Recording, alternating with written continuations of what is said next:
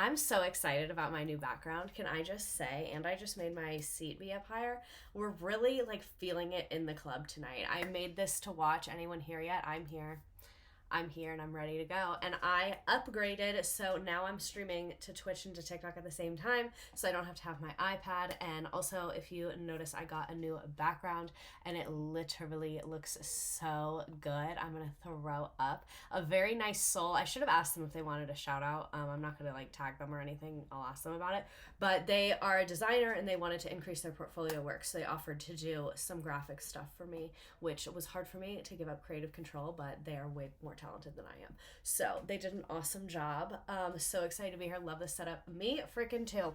Tonight we are drinking a Pellegrino, and we're talking about the Bermuda Triangle. So we had a time last night. Is there a way I can like pop this window out? No. Make this a little bit bigger. So I am messing around with my setup a little bit. Doop doop doop. Yeah, we're gonna have to mess around for a second here. I did a technology test earlier, but there's nothing like being live. Video capture, not you. Window capture, yes, you're what I want. Nope, come back. Bear with me, y'all.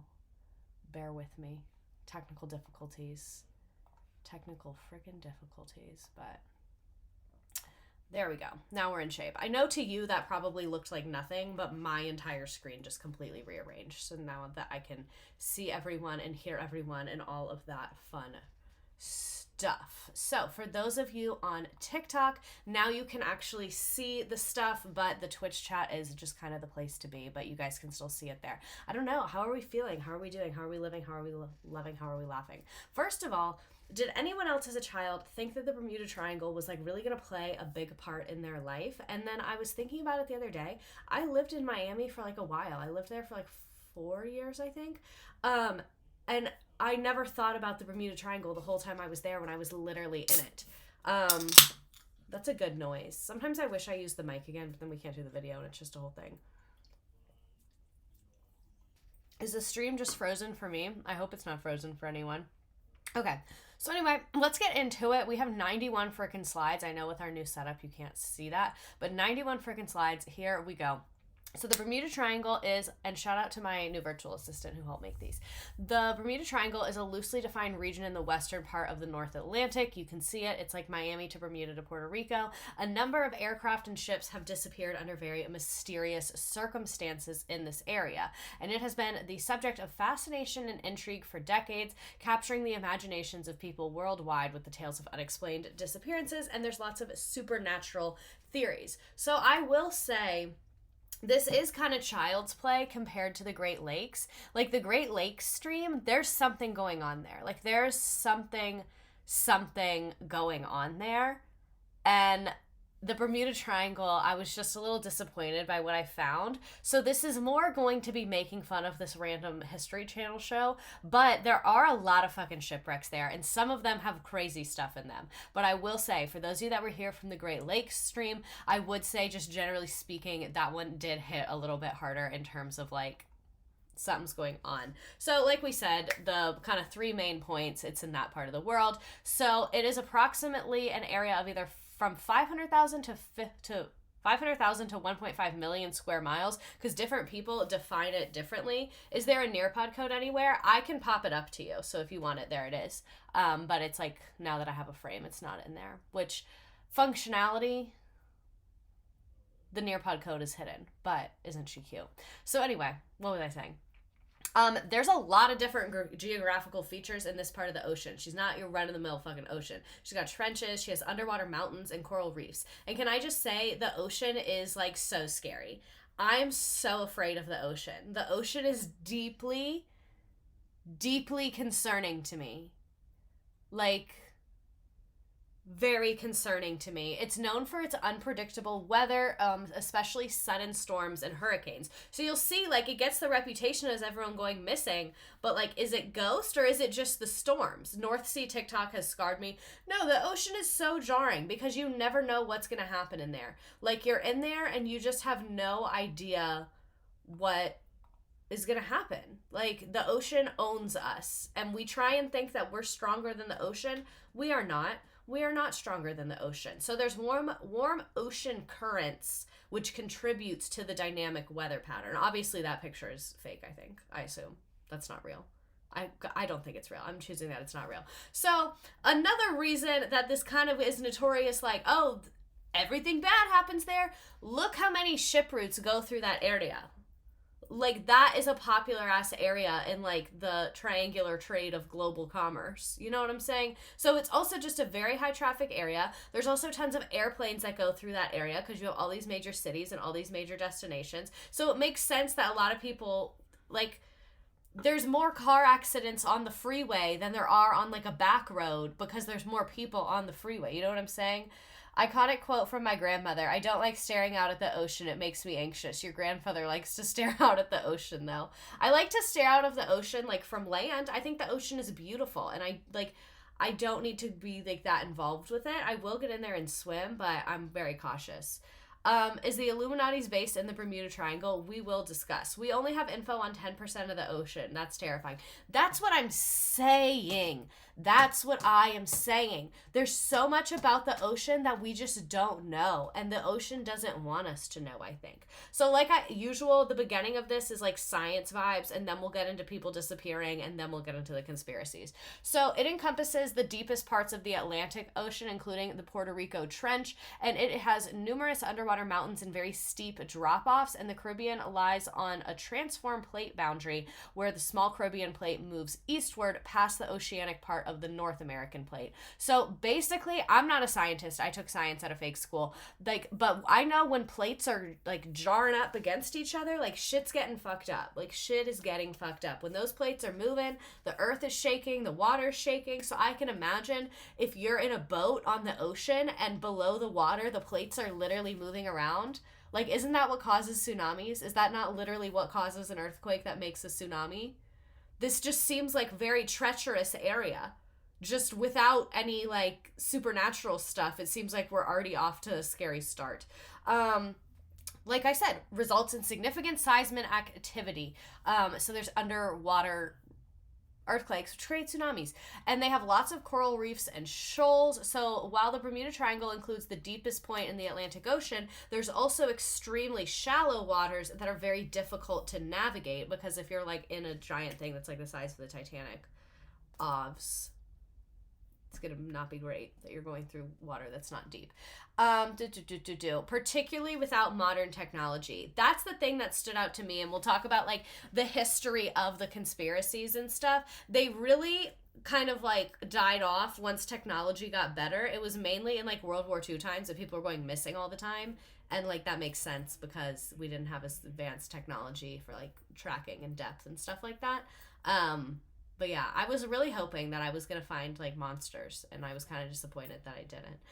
So anyway, this photo is a part of the NOAA. I think that's, like, the North something ocean. I don't know. And it's just, like, 3D mapping of the water. So yeah, basically. I swim in the deep end, so same. So, early references. The term Bermuda Triangle was first used in 1964 in an article by Vincent Gaddis in the American pulp magazine Argosy. I've never even heard of that.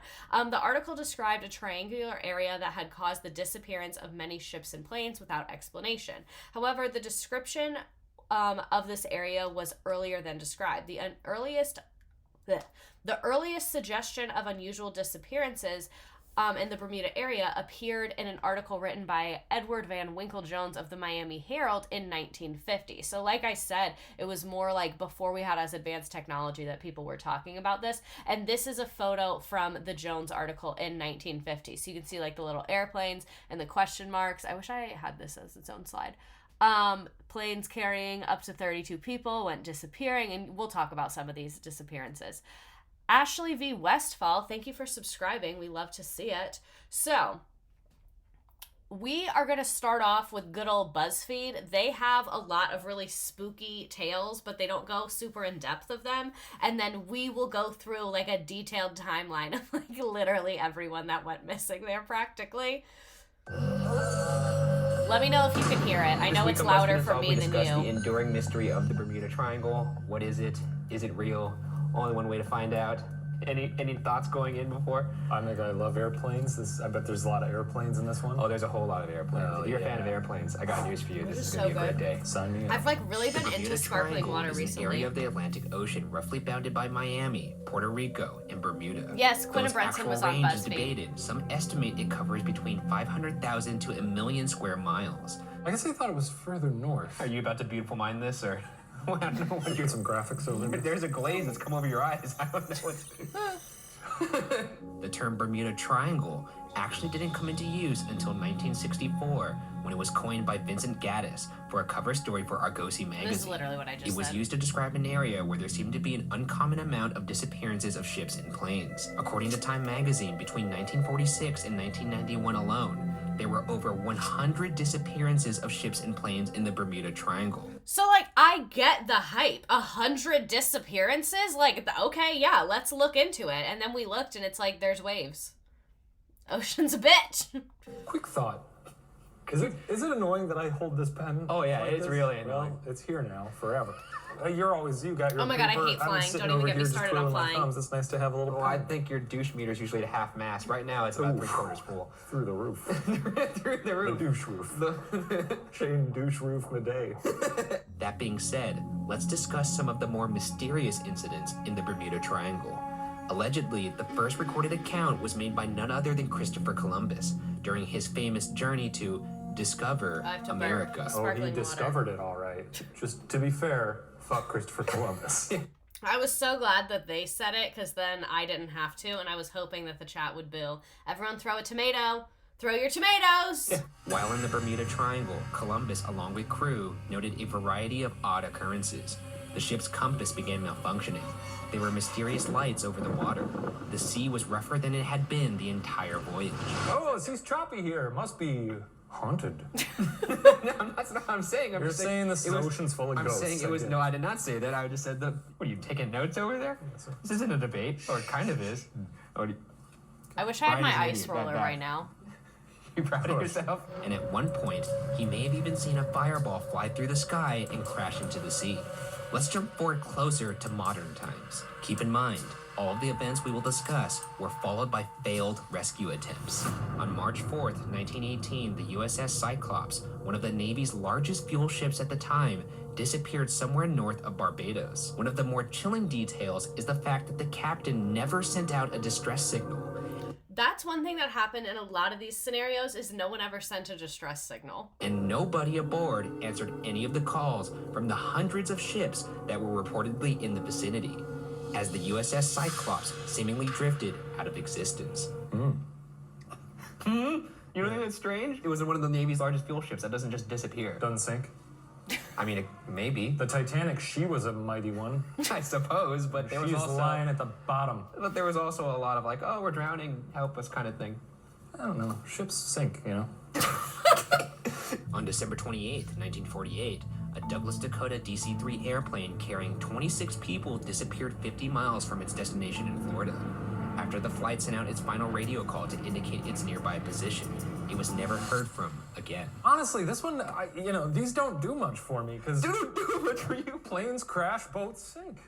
Our world would be so different if Columbus was a read it was Bermuda 20 minutes Triangle away from the victim. So airport. true, And then the bestie. goose flew into the propeller, and they just fucking nosedived. Into where? The ocean! In October 1951, a ship called the Southern Districts disappeared after being seen near the Bermuda Triangle. 4 years later, in 1955, the only piece of evidence in regards to the ship's whereabouts was discovered on the Florida coast, a life preserver, eerily bearing the missing ship's name. On December 22nd, 1967, a 23-foot cabin cruiser called the Witchcraft, which was built to be This is virtually spooky. unsinkable, disappeared along with its 2 passengers, one of whom was an experienced sailor named Dan Barak. The boat sported a flotation device in the hull that should have allowed part of the witchcraft to remain afloat, even if the boat was filled with water. About a mile out from Miami Beach, Barak called the Coast Guard after hitting something in the water. They called it the and requested witchcraft? a tow back to shore. Barak was reportedly calm in the call, nor did he say his boat was sinking. However, Also, I just keep thinking they're talking about Barack Obama. I'm sorry. when the Coast Guard arrived, Barak, his passenger, and the witchcraft were nowhere to be found and never seen again. Isn't that Many weird? wonder how two men aboard an unsinkable ship Why equipped give with that life name to a jackets, boat? floatable seat cushions, and flares could go missing, let alone the ship itself. So what are you positing here? That it's in an alternate dimension? Some of these, they actually sent out parts of the Navy. The whole 9 yards. They sent everyone out. Nothing is found. I'm gonna need some documentation on this. Documentation. Look up the stories. I'm just saying. I'm gonna look them up. What else disappeared? Just like, I feel like they're so unserious. Some of their videos are so serious, and this one just isn't. You're seething. I can't believe you think this is not weird. I can't believe you don't think that boats sink. The last and arguably most famous encounter we'll discuss is the story of Flight 19. On December 5th, 1945, 5 military TBM Avenger torpedo bombers departed Fort Lauderdale, Florida at roughly 2:10 p.m. on a routine training mission. Supports say that the planes had been checked before the mission, and the weather was supposed to be favorable. Also significant is the durability of the TBM Avengers they were piloting, which were nicknamed Iron Birds on account of their rugged design and their propensity for holding up in battle. Known as Flight 19, the 5 TBM Avenger airplanes carried 14 men, led by instructor Lieutenant Charles Taylor. Shortly after completing their training mission, Lieutenant Taylor became lost in the area now known as the Bermuda Triangle. Since this was an era before GPS, Taylor and his pilots relied heavily on compasses, both of which were malfunctioning. An emergency transmission sent by one of the pilots was picked up by a control tower. We can't find West. Everything is wrong. We can't I like that it says dramatic reenactment. be sure of any direction. Everything looks strange. Even the ocean. Everything looks strange. Okay, wait a second here. Hold the phone, sir. Okay. Before you said the only thing was missing here was the actual transmission. I just gave you the transmission. You don't think that's strange now? Certainly, it's a strange case. About 20 minutes later, the pilot sent Flight 19's last transmission, his voice allegedly distressed. Quote, We can't make out anything. We think we may be about 225 miles northeast of base. It looks like we're entering white water. We're completely lost. Yikes. Several minutes after the last transmission, a PBM Mariner flying boat took off on a rescue mission. That boat would radio the control tower once, before also vanishing. Choppy out there. I'm really more identifying with the guy on the left. Bracing yourself. After a widespread search attempt failed, the Navy's final report of the incident allegedly concludes, quote, we are not even able to make a good guess as to what happened, end quote. That's the Navy saying that. That's insane to be in a Navy report. We can't even guess. Yeah, I don't know. No, I couldn't tell you. Could not tell you one way or the other. We looked, couldn't find shit. So, your guess is as good as mine. Not me. That's the fucking Navy saying that. Gotcha. So the Navy, it's inconclusive. Now that we've discussed some of the incidents, let's go over some of the theories as to what the Bermuda Triangle actually is. The first theory is that the Bermuda Triangle is not an area of the supernatural, but We rather weren't there. a naturally dangerous place for sailing. They said, we're going to be mindful. We're going to be mindful of why we were invited, and we weren't invited, so we don't have shit to say. Most hurricanes and other tropical storms in the Atlantic pass through the Bermuda Triangle. I'm in grad school in Storms the and group chat, unpredictable people keep atmospheric talking in it, conditions and I can just like cause literally don't care phenomenons about such as water school at all, spots, unfortunately. which look like water tornadoes. The Bermuda Oops. Triangle also has some of the deepest underwater trenches within it, so wreckage could have potentially fallen far beneath the ocean's surface. Okay, so you kind of get the point. We already talked about this a little bit. Actually, fuck it. Let's watch it. We're not in a rush. Why not? Finally, scientific research shows that there is no evidence that disappearances happen more frequently in the Bermuda Triangle than any other part of the ocean. But you know where disappearances do happen more frequently than any other part of the world? The Great Lakes. And let's talk about it. Let's talk about it. Uh-oh. Oh no. That doesn't explain how it's happening in high concentration in the one small High area. concentration. It's 1,000,000 square miles. In comparison to the ocean, that's a small area. You should drop the Right. Twitch link Yeah, on the group 1,000,000 chat. square They're not miles. ready for Tiny. that. The They are second not theory is ready that for the Bermuda that. Triangle is home to a magnetic phenomenon. This is It's cool. been proven to be a place where true north and magnetic north line up. Some research indicates that this may affect compass readings. Some science also indicates that the lightning during storms may further affect or intensify the magnetic fields, which That's could account cool. for compass and electrical machinery failures and radio interference. In fact, the rare phenomenon of ball lightning may also form such electrical storms, accounting for the strange lights seen by Columbus and in other Bermuda Triangle accounts. Ball lightning is crazy. Nature is crazy as hell. Like, nature can do anything and we don't even know. Like, we think that we're in charge and we're fully not.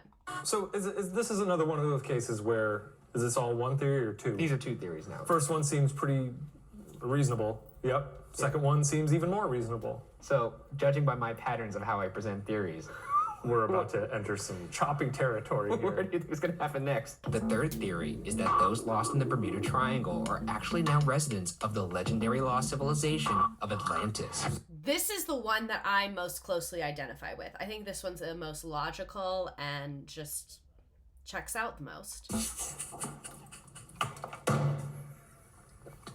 No, they're not. Nope. Now, all the frustration I had in the first half of this is now equally composited on top of you. Are they breathing underwater? Atlantis was written about by Plato and was supposedly an ancient naval power. But according to legend, want the cookies entire kingdom so disappeared bad into the right sea in just one day.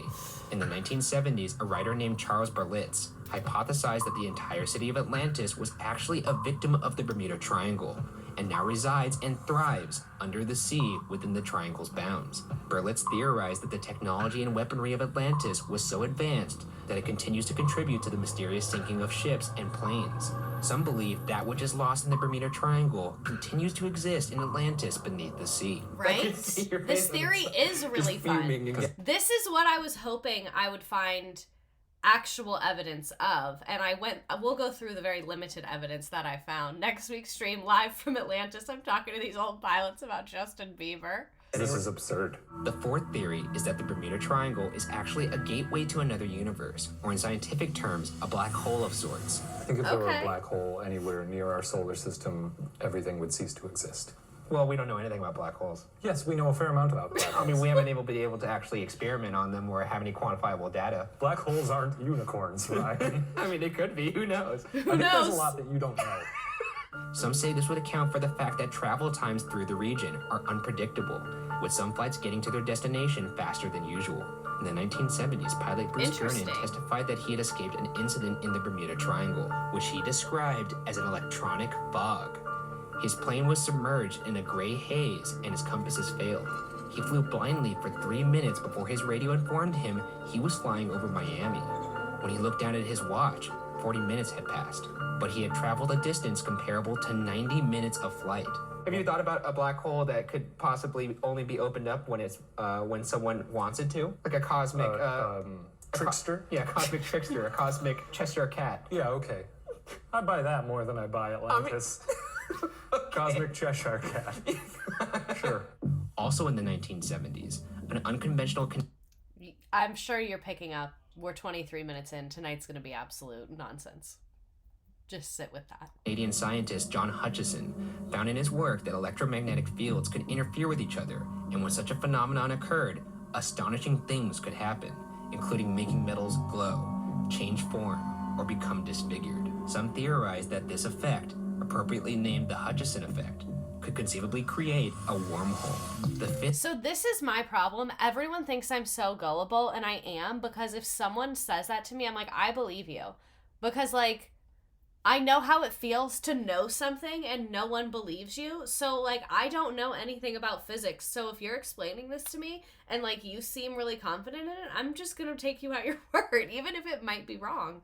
Because, like, I believe you. Like, if you're telling me you think something crazy happened and you witnessed it and you really believe that, like the pilot who said it was, like a 90-minute flight in 40 minutes, like, I believe you. We're going to watch part of the History Channel show. Like, I do believe you. and I respect you. Like, I'm not saying you're right or you're wrong, but I believe that you experienced that because, like, science is crazy. We don't know shit. Fifth and final theory is a classic. The disappearances within the Bermuda Triangle are the result of extraterrestrials. Nice. Abduction by aliens would certainly explain sudden and absolute disappearances. Some claim there is a secret U.S. Navy base in the Bahamas linked to aquatic alien activity, referred to as Underwater Area 51. I want to go to Underwater Area 51 for my birthday. Oh, Jesus Christ. Okay. Tell me about Underwater Area 51. Oh, that's it. That's it about Area. That's it? No, there's nothing else. Why? In 2014, at least 2 passengers on a Carnival cruise within the Bermuda Triangle said they saw a UFO fly over them in the middle of the day. To be fair, not trusting anybody on a Carnival cruise. What happened to you on a Carnival cruise? I've never been on one and I will never go on one. I assume they were drunk or high, probably just out of their minds. I was going to say there's even reported footage, but unfortunately, because of rights, we can't look at the footage. You know what? I could show it to you right now. I'd love to see it. How about that? I'll show it to you right now. I want to see it. This is shopped to high heaven. What makes you say that? Just, look at it. This is... Okay. But we don't know for sure that it's not aliens. That's what I'm saying. We don't know for sure. Down as it gets into the cloud. Somebody really busted out Windows Movie Maker for that one. Regardless, whatever may be causing these mysterious events, the Bermuda Triangle is actually a highly traveled region, mostly without incident. But for the curious, the numerous and bizarre disappearances continue to vex them. What could be causing these incidents? Is the Bermuda Triangle a thing of the supernatural? Or is it simply... I won't go on a cruise because the ocean is scary, and I watched Miss Redacted's cruise stream. I can never go on a cruise because of that stream. I ruined it for myself and everybody else. an area I ruined lunch purposefully, and I had fun doing it. with a high concentration of unnerving coincidences? The answer will remain unsolved. Okay, so that was this is just some general lore before we get into a ton of specific examples. This one is super short.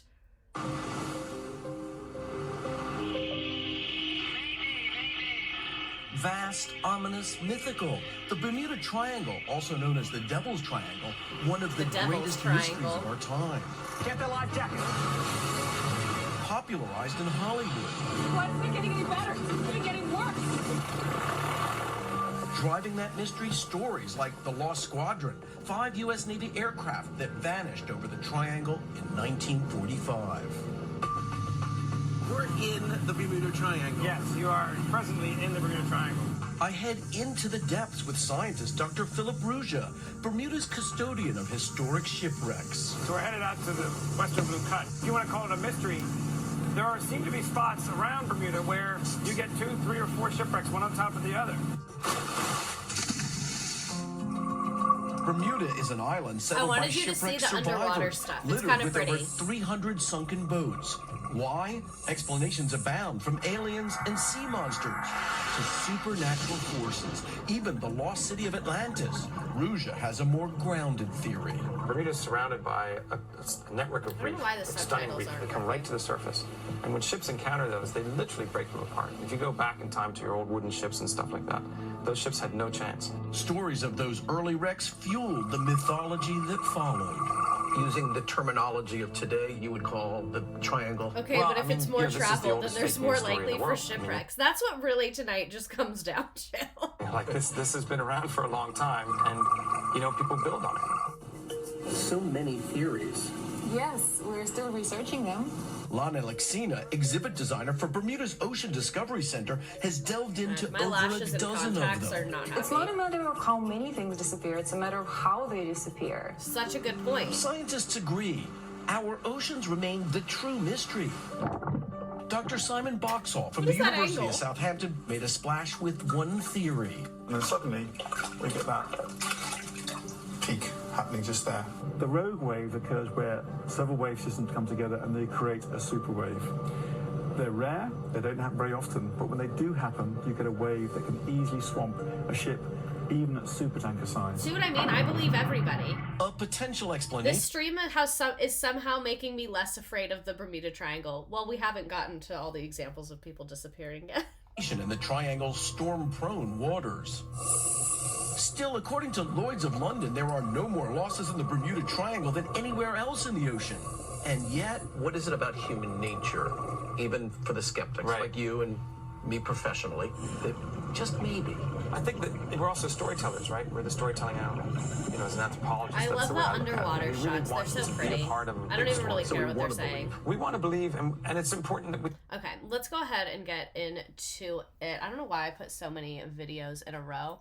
I'm gonna go back to that one later. Someone remind me in a little bit. I'll go back after the first couple of slides. So, these are some of the earlier cases. 1800, the USS Pickering. That sounds like a slur, so I'm sorry if it is. This was a United States Navy top sail schooner. Oh, I hate talking about boy stuff.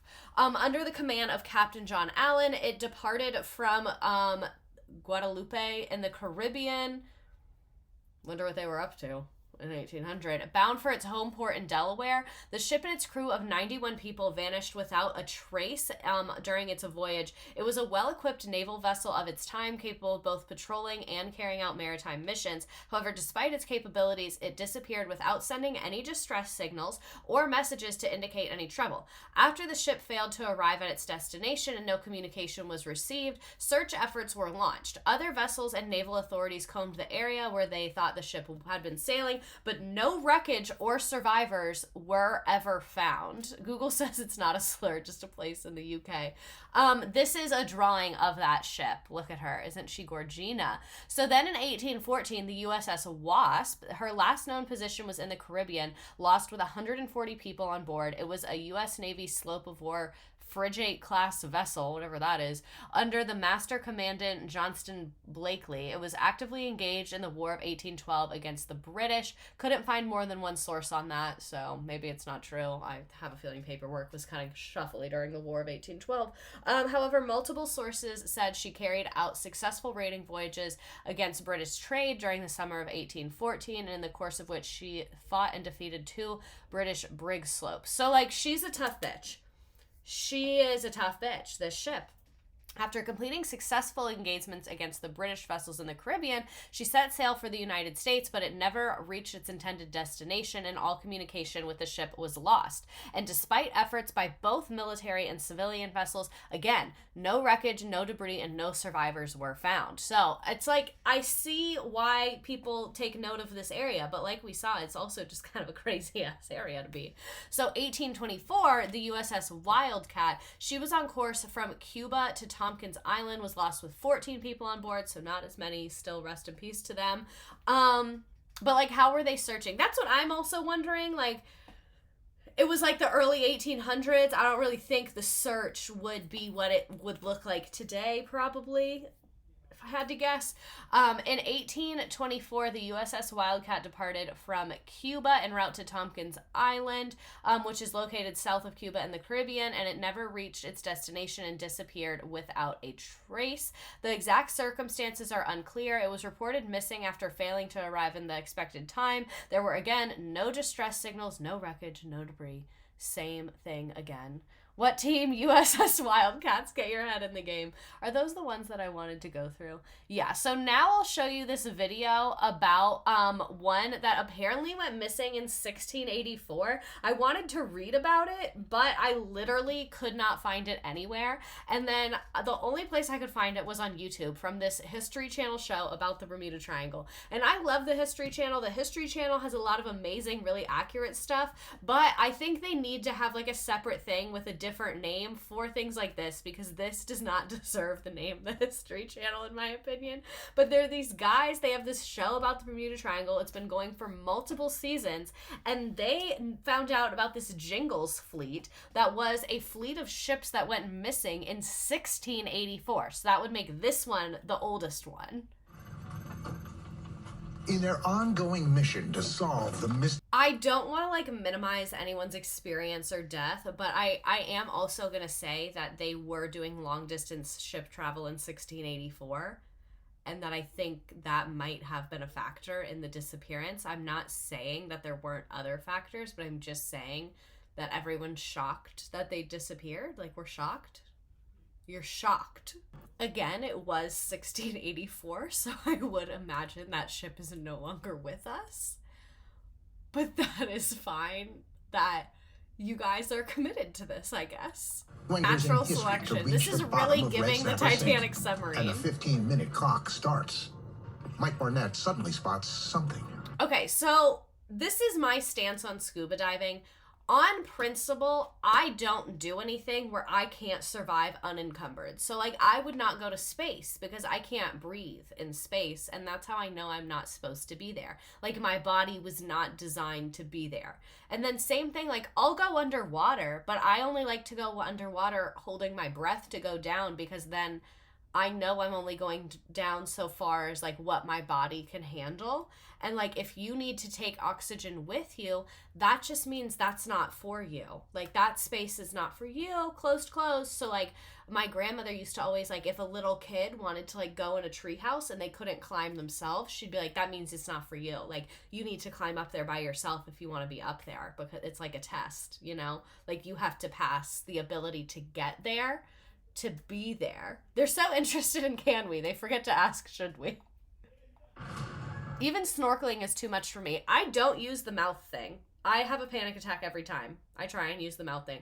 I just go goggles on, hold my breath. I'll like go down far. I can hold my breath for a little minute now. And I will have the time of my life. I don't need to breathe underwater. I'm not meant to do that.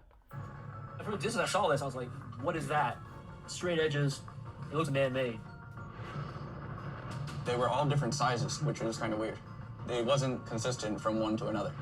So they found some trash at the bottom of the ocean, and they're like, is this the shipwreck from 1684? Probably. We can't say it's not.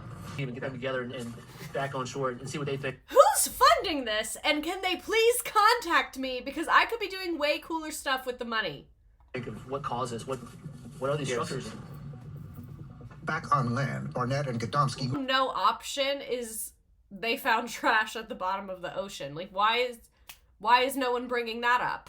Obviously, we're at the bottom of the ocean. Wow. Autumn, because Tom suspected that based on what we had seen here. That says it all, doesn't it? I think that says it all, ladies. But we're eager to find out what you found. What do you think it is? Wasn't do we get like butter? Like I was trying so hard to pay attention, and I don't understand. Basically, it's man-made-ish. In other words, unintentional, but man-made nonetheless. Definitely. Despite the challenges, the teams investigate... So that's what's pissing me off, is that these guys have a whole show where it seems like every episode they're coming up with nothing. And that's very upsetting to me. These we already read. I think I went up to, the Wildcat one. So, moving on to 1840, Rosalie, a merchant vessel, was discovered adrift and abandoned in the waters of the Bermuda Triangle. It was found by another vessel when they came across the ship without any crew on board. It was reportedly found in good condition, which added to the mystery surrounding its abandonment. There was no signs of struggle or distress evident on the ship, nor were there any clues left behind by the crew. So that is a little bit spooky. You see what I mean? Like, all the things we found online are spookier than what these guys are even putting on TV. So, 1881, Ellen Austin, legend of the derelict vessel incident. Ellen Austin came across a ship that appeared to be abandoned but was still seaworthy. The exact location of the encounter varies in different retellings, but it typically places it within the area known as the Bermuda Triangle. The Captain Baker of the Ella Austin decided to salvage the derelict ship. I don't know what that means. What does that word mean? Does anyone know? As it was still in good condition. He assigned a prize crew to the abandoned vessel, and they set sail with both ships toward New York. Shortly after departing with the ship in tow, a sudden storm separated the Ellen Austin from the abandoned vessel. After the storm subsided, Captain Baker and his crew searched for the ship but found no trace for it. A few days after searching, the ship was sighted, but once more it disappeared mysteriously before the crew could board it again. The cycle of appearing and disappearing repeated a few times. Derelict means it's fallen into disrepair, has been abandoned. Okay, that makes sense. That's what I kind of picked up from context clues. So this is another one that's actually spooky that I wish that show talked about, is that this ship that they kept trying to save just kept go missing. And, like, the Bermuda Triangle has claimed this ship. it belongs to the Bermuda Triangle now. So give it up, let it go. It's not for you. 1880. So this one was apparently challenging to find accurate info on, but the HMS Juno, also known as the HMS Atalanta, was a Royal Navy frigate that disappeared under mysterious circumstances. This is when the Bermuda Triangle started to gain notoriety, not aircraft in 1880, but later on the aircraft thing. So it was a typical Royal Navy frigate, likely engaged in naval operations. The ship vanished without a trace, and again, no evidence and no wreckage, nothing. Then in 1919, you have the USS Cyclops. This was a Proteus-class collier ship, a Navy ship, I don't fucking know, and it disappeared without a trace along with 306 crew and passengers. It was a massive coal-carrying ship that was assigned to transport coal for the U.S. Navy in World War I, and it was under the commander of Lieutenant Commander George W. Worley. It departed from Barbados in March 4th, 1918, bound for Baltimore, Maryland, with a scheduled stop in Virginia. It never reached its destination at Baltimore and was last heard from on March 4th when it sent out a routine radio message reporting its position in the waters of the Bermuda Triangle region.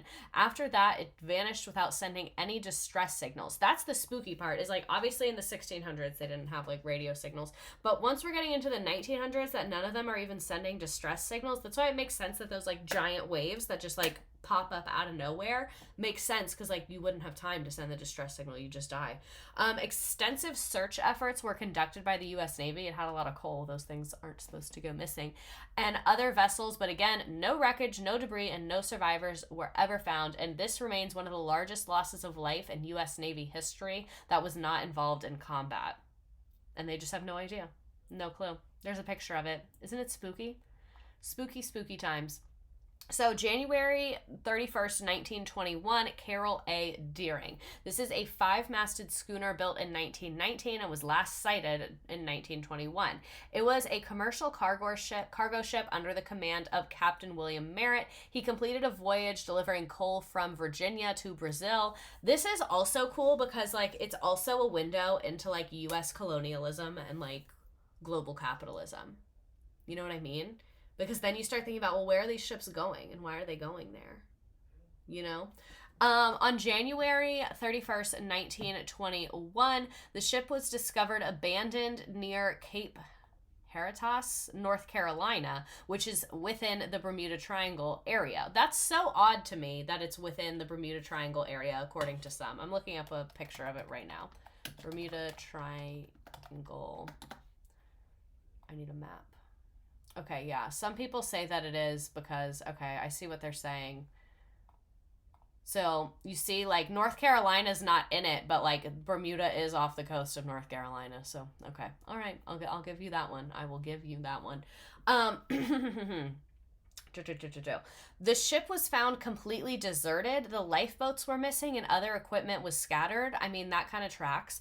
The crew's personal belongings and navigational equipment and the logbook were all gone. So it sounds like they tried to get out. And the ship's anchors were out, indicating it had attempted to stabilize itself before grounding. The sails were set as if the crew had intended to sail the ship, and there were signs of a meal being prepared. However, no distress signals were ever sent and no trace of crew was ever found. So that is extremely spooky because, like, you'd think if you had time to grab your personal belongings, you would have sent out a distress signal. But then again, we read that thing about, like, the fucking sky and the radio is weirdness, so maybe that was the problem too. So the U.S. Coast Guard launched an extensive investigation into the disappearance of the crew, and they found that the ship's last port of call was Rio de Janeiro, where the first mate had fallen ill and been replaced. Some theories suggest mutiny, piracy, espionage, but none were substantiated. Rapture! Maybe it was the Rapture. And there is a very, very, very grainy picture of the ship. I mean, it was the 1920s. Let's give them a break. So here is another fun little video from... In 1800, the USS Pickering disappears. These are some of the ones that we already talked about, but they had some cool graphics. En route to Delaware, carrying 90 people. In 1814, the USS Wasp vanishes, along with 140 passengers. And in 1921, the Carol A. Deering is lost and ultimately found abandoned near North Carolina. Look at it. But the actual location where the vessels go missing isn't defined until 1964. Journalist Vincent Gaddis we already saw some of this thing. We're going to skip this video. So 1925 SS Cotopaxi was a cargo ship. They did send a distress call. Oh, great. Men are being gross to me in the chat. Good thing I have fucking blockers on. Gross. Anyway, so December 1st, 1925, a cargo ship sent out a distress call. They were... Oh my fucking God, now I have to block you. Great. Bye. Great. You made me click buttons. Did that make you feel good about yourself? Glad to see it. Jesus. Should men be allowed online? It's the $1 million question. So anyway, it was a steam-powered cargo ship built in 1918 and named after a volcano in Ecuador. I feel the same way about that I do about the ship that was named, what was it? Like Witchcraft or something like that? Like why would you name that? Like why would you name that? Why would you name it that? So anyway, the distress call reported that the ship had experienced engine trouble and was in need of assistance.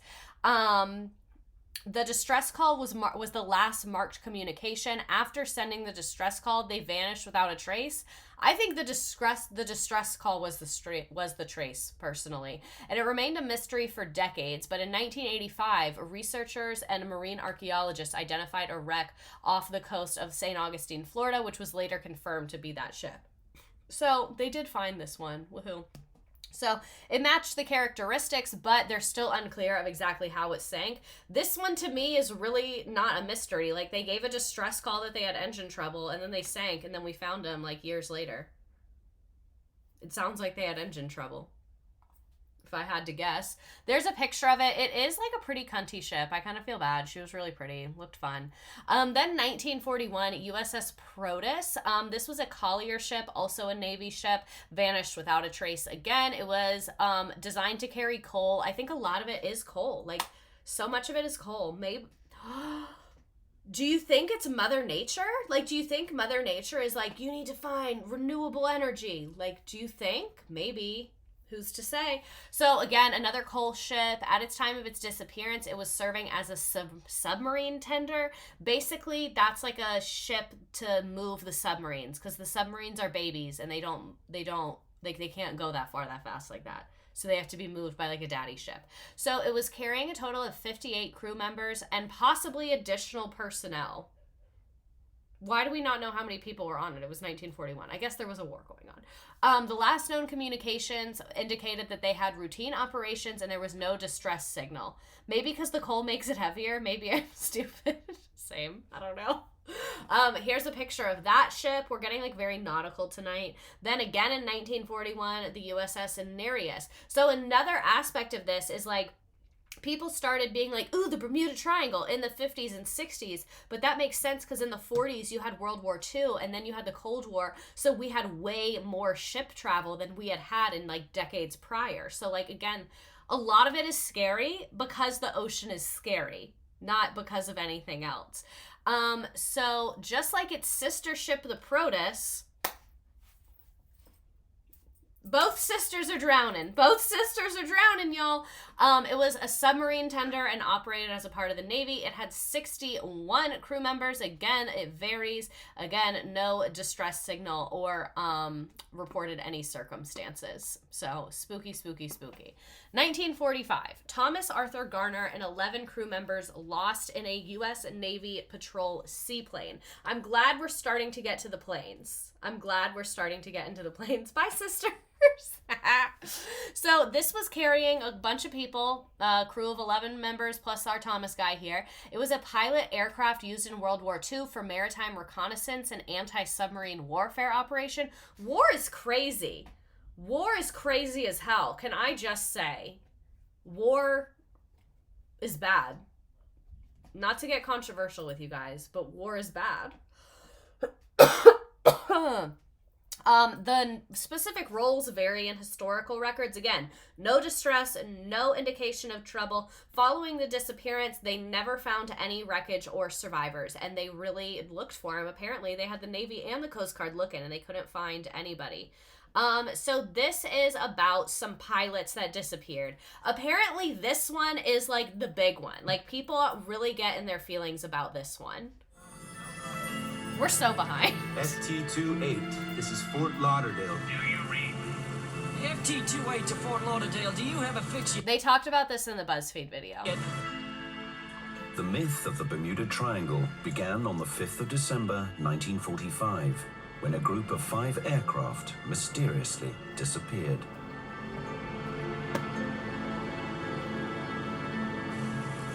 Everything is wrong. Even the ocean looks Me every morning. Flight 19 was a routine training mission of 5 Avenger torpedo bombers. The 3-seater Avenger. Speaking of war, the Japanese literally sailed for 8 days undetected to Pearl Harbor, so it's not like the U.S. patrolled their own waters very well. Was the U.S. Navy's top ship and submarine killer. It could carry up to 2,000 pounds of ordnance and had a range of 1,000 miles. The Avenger was robust and reliable. But it got lost. The doomed Flight 19 left Fort Lauderdale at 2:10 on a clear winter's afternoon. 4 hours after they took off, they vanished into thin air. I love the music. Fearing the worst, a naval air search rescue plane took off into the darkening skies.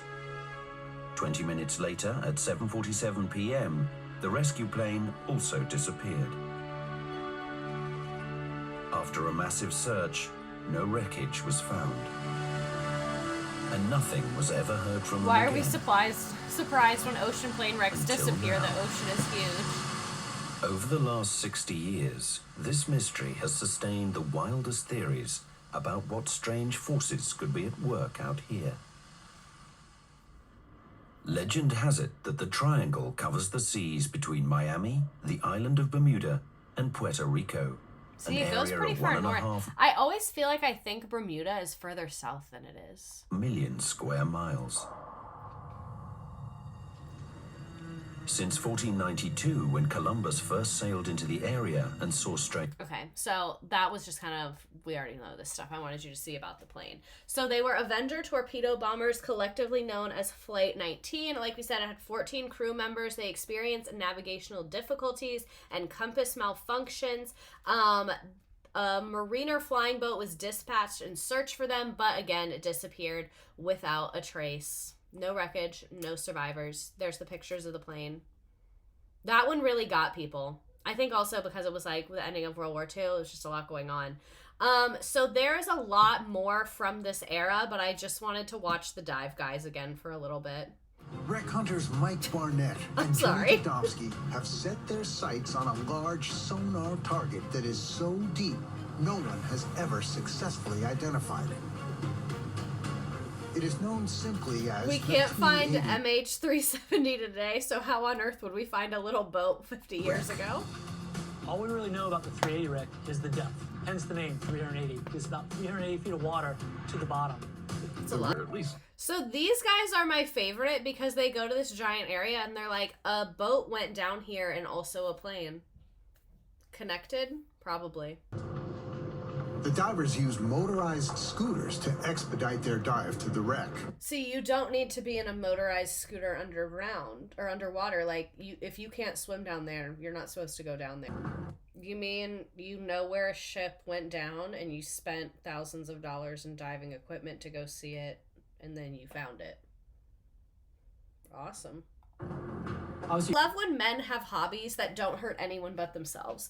This is an unproblematic hobby. Like, these guys want to get together and risk their lives to go scuba dive in shipwrecks. Okay. Good. Also, the person, I think I just know what happened with the chat, the Amelia Earhart thing. I wasn't going to call you out. I thought that's what you meant. And I basically just travel around all these little holes and they're like, what could it be? What could it be? Are they breaking out? What's happening? They think that someone shot at the ship and that's why it went down. And that's what the holes are. That they spend the next 8 minutes of this video talking about that. So, perfect.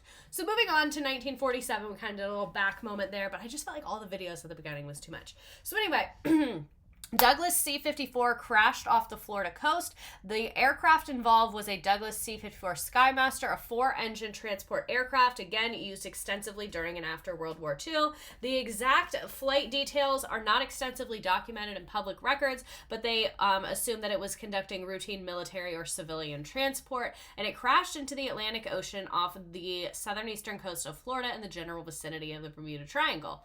Then we have 1948, Arvo Tudor GHNP Star Tiger, obviously, a 4-engine airliner operated by British South American Airways. The Star Tiger departed from the Santa Maria Airport in the Azores, I don't know where that is, bound for Bermuda's Kindley Field. It was carrying 6 crew members and 27 passengers. The last communication from Star Tiger was made in January 30th, 1948, where they transmitted their position about 810 miles east of Bermuda. The crew reported that they were encountering severe turbulence. Despite extensive efforts by military and civilian aircraft, no trace of the aircraft or the occupants was ever found, and the search covered an area of 24,000 square kilometers over the Atlantic Ocean. So again, the ocean is scary. Here is another plane departed from San Juan, Puerto Rico, bound for Miami, carrying 3 crew and 36 passengers.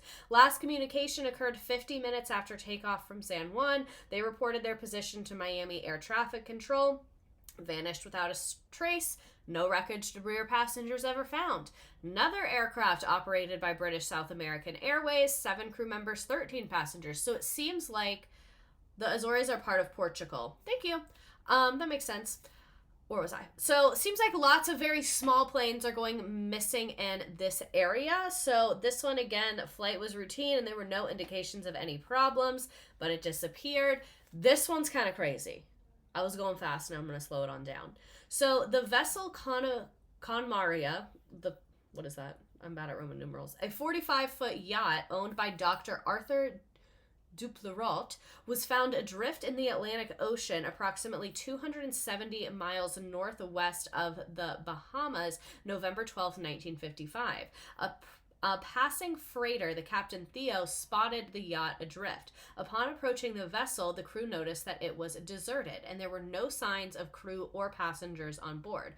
When the yacht was boarded, investigators found blood stains on the deck and a partially flooded interior. The life raft and dinghy were missing, suggesting that the occupants may have abandoned ship. The yacht had been chartered by that doctor, his wife Jean, and their daughter Renee, and their sons Brian and Terry. The only one survivor, Terry Duplerot, the son, was found floating in a small life raft days later. He reported that the captain of the ship, Julian Harvey, had murdered his family and attempted to kill him before abandoning the vessel. Captain Julian Harvey was later found in a life raft, apparently after attempting suicide. He was rescued and taken into custody, and he was eventually convicted for the murders of this family and their children, as well as the unrelated murder of his former wife. Right? Isn't this messy? What is going on? This is cruises all over again. I thought this was so spooky and crazy. Right? I just had to read through it and then we could all process together. Do we think anyone purposely vanished without a trace? That's what I also might think. Maybe people are like, oh, a lot of people are disappearing there. I got some debt. Let me get up out of here straight away. This is a picture of that yacht. I don't know. I thought that was crazy that this guy literally murdered this family and then apparently also murdered his wife like years before. Right? I've heard that story on podcasts. It's bonkers. I wish I had done a stream just about that. So another one in 1958. Y'all, I think this was supposed to be yacht. So anyway, it was bound for Miami, Florida, intended to go through the Bermuda Triangle area. Never reached its destination, was reported missing because they failed to make contact with shore authorities. Again, no trace was ever found. Also, the daughter wrote an article for a Buddhist publication that you have to pay to read, which is interesting, but not for the Buddhist part, but for the paywall ring. That's funny. I didn't see that this was in here. My virtual assistant made these. She takes us on quite the journey. I love her. Oh, is it? Oh, it's not letting me read it. So it's like the title of it. Can I refresh it? It's lost at sea, burying the grief, but using meditation. That's interesting. Huh. The more you know, I guess, but I guess she doesn't want us to read it that bad. So another reality break from shipwrecks. So this is from the Daily Mail, the U.S. government's administration. The Bermuda Triangle is definitely a myth, says the U.S. government agency, as it blames bad weather and poor navigation for disappearances. Dozens of ships and planes have mysteriously vanished between this area since the early 1950s. Disappearances variously blamed on aliens, black hole vortices, and evil Atlantis influences. The National Oceanic and Atmospheric Administration, that's what the acronym was earlier that I couldn't remember, now claims that bad weather caused these mishaps, and the U.S. Coast Guard doesn't recognize the area as hazardous. This is from The Independent. So scientists suggest a new theory behind the mystery of the Bermuda Triangle. Hexagonal clouds creating air bombs capable of downing planes and flipping ships are said to be behind this. There is not one other source saying this. Oh, wait, I found one more. Oops, two more. Anyway. This is a quote from the article, Gravity Works Underwater. No, it doesn't. Like, what did they even mean by that? It's not gravity is a thing on planet Earth. That's a common thing. Everyone knows gravity is a thing. So, some scientists behind this are a little bit off their rocker, it appears, and some are very, very real. Moving on to 1963. Another ship disappears. Lost 39 crewmen. Extensive search efforts. No wreckage or debris was ever found. Flying boxcar, a military transport aircraft, disappeared without a trace. Lots of disappearing going on here. 1965, this is another plane, lost a pilot and one passenger. 1967, Witchcraft. This one we already talked about a little bit. So the ship Witchcraft was a 23-foot luxury yacht. It disappeared off the coast of Miami. The occupants were Dane Barak and Patrick Horgan, that's an unfortunate name. On the evening of December 22nd, 1967, Dan Barak contacted the Coast Guard from Witchcraft to report that his yacht had hit something and was taking on water. Despite being 1 mile offshore, he mentioned they were confident in their position and requested immediate assistance. The Coast Guard responded promptly, reaching the reported position within 19 minutes of the distress call. However, when they arrived, there was no sign of the yacht, no debris, and no wreckage. Extensive air and sea searches were conducted over the following days. Despite the efforts, no trace were ever found. And then they saw in that video, it had like a flotation thing. It had life jackets. It had all these things. The fact that they got there within 19 minutes and still found nothing is like very spooky and very, very crazy. I'm just saying, Barbie has had lots of jobs, but Shipwreck Explorer has not been one of them. Then 1976, Sylvia El Osa was a 590-foot cargo ship with a crew of 37 people, was going from Brazil to Philadelphia with iron ore.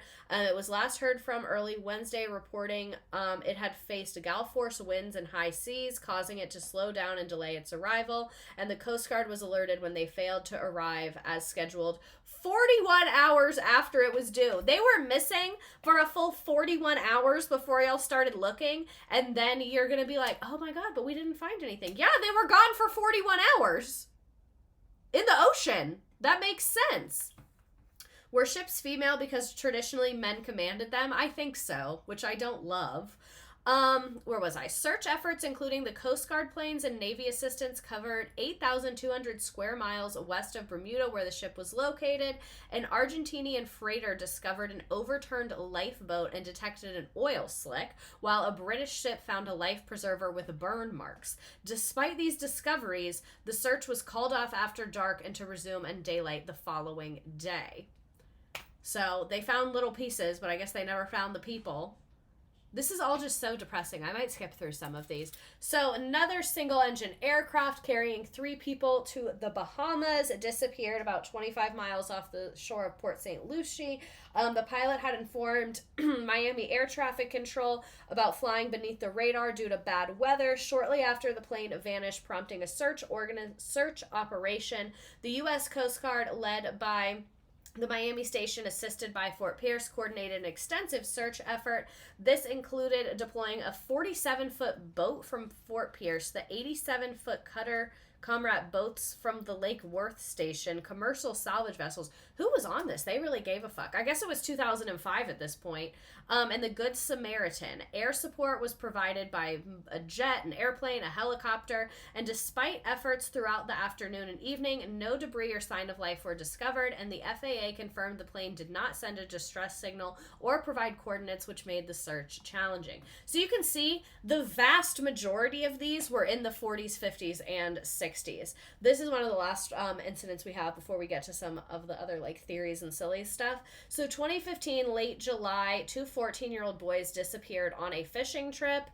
I don't mean to victim blame, but to send 2 14-year-old boys alone on a boat is just not a choice that I personally would make. This was off the coast of Tequesta, Florida, and remains a tragic mystery. Both 14-year-old boys were avid fishermen embarking on a fishing trip using a 19-foot single-engine boat registered to one of the boys' mothers. They were last seen at a yacht club in Marina where they purchased gas, and one of the boys texted his parents around 11:25 a.m. Then thunderstorms approached the area with weather conditions deteriorating rapidly. This one again, like it's the ocean. It's a scary thing. Despite extensive search efforts involving multiple agencies, the Coast Guard and private volunteers, no trace of the boys was found initially. The boat was discovered capsized near Daytona Beach. That's pretty far. If Tequesta is where I think it is, that's really far. Was capsized Daytona Beach, July 26, 2015, and later relocated in March 2016, 100 miles from Bermuda. Personal effects, including iPhones, were recovered from the boat, but the boys were never located. That is incredibly, incredibly sad. This is another recent one. SS El Faro sank off the coast of the Bahamas in 2015. It was en route from Jacksonville, Florida to Puerto Rico. Letting children go in an ocean alone is an absolute no. And so, like, I grew up being on boats alone at 14, but on a lake, and, like, on a lake is really different, I think. Like, I was on a lake and not, like, the Great Lakes, like a small lake where, like, at any given point I could swim to shore. And I was on, like, a little pedal boat. Like, to put 14-year-olds on a motorized boat in the ocean? Okay. I don't know you, but okay. So this was a cargo ship that, like I said, was en route from Jacksonville, Florida to San Juan, Puerto Rico. It encountered a hurricane. Again, like, that doesn't seem supernatural to me. It had 33 people. Unfortunately, all crew members perished in the incident, and this raised significant concerns and led to investigations around the circumstances, including questions about the ship's seaworthiness and the decision-making process that led up to sailing in a hurricane. I would guess that it was a cargo ship, so it was probably driven by capitalistic reasons, I would say. So this is another very recent one. Turkish Airlines flight was going from Istanbul, Turkey to Havana, Cuba. 173 passengers, 13 crew. The crew requested to descend the aircraft, advising that they had some engine problems, and they hoped that the problem could be resolved at a lower level. After being cleared to descend, the crew advised about 5 minutes later that the problem was not resolved, and they requested a diversion to Dulles Airport in Washington. The aircraft descended for the diversion to Washington and landed safely about 2.5 hours after leaving. I don't know. Are these two different planes? Wait, I'm confused. Interesting. Anyway, the airline reported a mechanical problem that prompted the divert to Washington. 2 hours, the ground passengers disembarked and entered a lounge. The aircraft won't be able to continue before the next day, and the airline worked on overnight accommodations. So this one was less death and more just spooky. So 2017, May 15, this is a private plane. Jennifer Blumen, a New York City-based CEO of the Skylight Group, which specializes in event spaces for the fashion industry, went missing along with her 3-year-old and 4-year-old sons and their pilot. They were on a private aircraft that went from Puerto Rico to Florida, but they lost radar and radio connection about 37 miles east of the Bahamas. Debris from the plane was found, confirming the identity, prompting a search by the Coast Guard. So this rich lady disappeared in her private plane. So, let's get into some scientific explanations. That was rude that I said this rich lady disappeared in her private plane. That is really sad that a mother of 2 passed away. But, again, This all just seems like this is a very high traffic area, and sometimes these horrible accidents happen. So what are some explanations for what is going wrong here? One is human error. Navigational mistakes are common and can be exacerbated because of the ocean. So the Bermuda Triangle covers a vast area that has very limited visual landmarks. It has tons of different little islands that look very similar, and pilots and sailors can misread or misinterpret navigational instruments and lead to incorrect courses. Long voyages and flights can cause fatigue and impact decision-making abilities. So human error is very much one. We already talked about this one. This is Hurricane Alley. Weather conditions can affect all of this too. Ocean currents.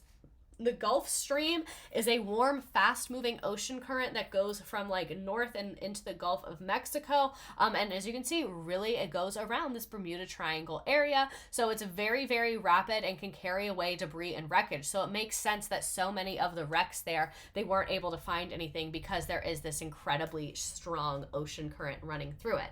We're going to get really, really, really sciencey here, and I just want everyone to know that I'm kind of an idiot and I don't know science, but I'm here and I'm trying. So methane hydrates. The sudden release of methane gas from ocean sediments can cause water density to drop, potentially sinking ships. What are methane hydrates? They are ice-like compounds found in ocean sediments where methane gas is trapped within the crystal structure of water molecules. So it's like an ocean fart.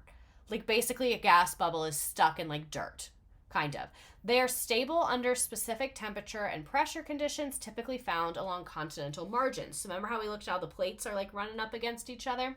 So changes in pressure or temperature can destabilize the methane hydrates, leading to the release of the methane gas.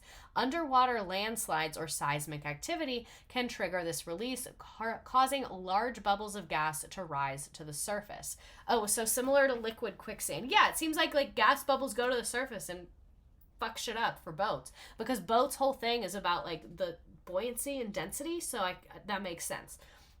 So the release of large amounts of methane can significantly decrease the water density above the release site. This density reduction can cause ships to lose buoyancy and sink rapidly without warning. So again, this all makes so much sense. I was hoping to find something cooler. Magnetic abnormalities. So variations in the Earth's magnetic field can interfere with navigational instruments. The Earth's magnetic field is not uniform and can vary significantly in different locations. These variations can cause compass readings to be inaccurate, leading to navigational errors. Magnetic anomalies can cause a compass to point away from true north, leading to navigational challenges. Pilots and sailors heavily rely on compasses, which makes sense that now with technology there was a lot less. This seems personal on Mother Nature's behalf. It really does. Deviation can result in getting lost or going off course. However, modern day technology like GPS is less affected, reducing the risk of navigational errors. Despite this, this can still remain a concern for traditional navigation methods. So let's put our tinfoil hats on. Let's get to the crazy. Let's get to the wild. Let's get to the weird. So alien abductions. I think that is the most logical. You know, the methane gas, the plates, the waves, all that. You can keep that. I'm going to go with alien abductions. So common allegations of the alien abductions. Reports of individuals being abducted by extraterrestrial beings while passing through or near the Bermuda Triangle. Claims often include description of strange lights, lost time, and invasive medical examinations. However, psychological factors, sleep disorders, misinterpretations of national phenomena are often cited as alternative explanations. So this was this random document from the CIA that literally makes no fucking sense. I'll show it to you just so you can see what it looks like. Fully from the CIA. You can like open the PDF and see the whole thing. It's like 2 pages, but it's like weird as fuck. I'll read you part of it. The text appears to be coded or an encrypted message that seems to discuss plans for a UFO news bulletin publication. It mentions challenges in getting the bulletin sanctioned by Moscow State Newspaper Agency due to concerns about market saturation with similar information. The bulletin intends to feature exclusive articles, including one about the Bermuda Triangle and interviews with eyewitnesses of UFO sightings. Despite obstacles, editor Sergei Rybakov is determined to publish verified information and hopes to establish a research center funded by the Bulletin's proceedings. If the Bulletin proceeds, there are plans to expand its distribution globally and translate it into multiple languages. So I don't know what this means at all, but at the bare minimum, what it means is that the CIA is being weird. And they've been weird for a long time, and they're going to continue to be weird. Let me go to like the non-PDF version. So the Freedom of Information Act, document release date was 2011, publication date was 1990. UFQ magazine hopes military won't gag a month before this plan bulletin. You see, it's just odd. Very, very, very, very, very odd. And that they're working with the Russians on it, and this is in the 90s, like end of Cold War times. Our government is so weird, and we'll just never know so much of it. Another theory, time vortex and time warps. There was not that much information on this, but for various reasons, wormholes are a big conspiracy theory behind the Bermuda Triangle. Even though they have not been proven to exist, conspiracy theorists see wormholes as one of the causes. According to science fiction, wormholes are places where time and space come together to potentially allow for time travel. In the eyes of conspiracy theorists, this explains why the wreckage from ships or planes was never recovered. It could be the Gulf Stream that we've proven, but I think it is wormholes. Personally, I don't know. That's what's checking out for me.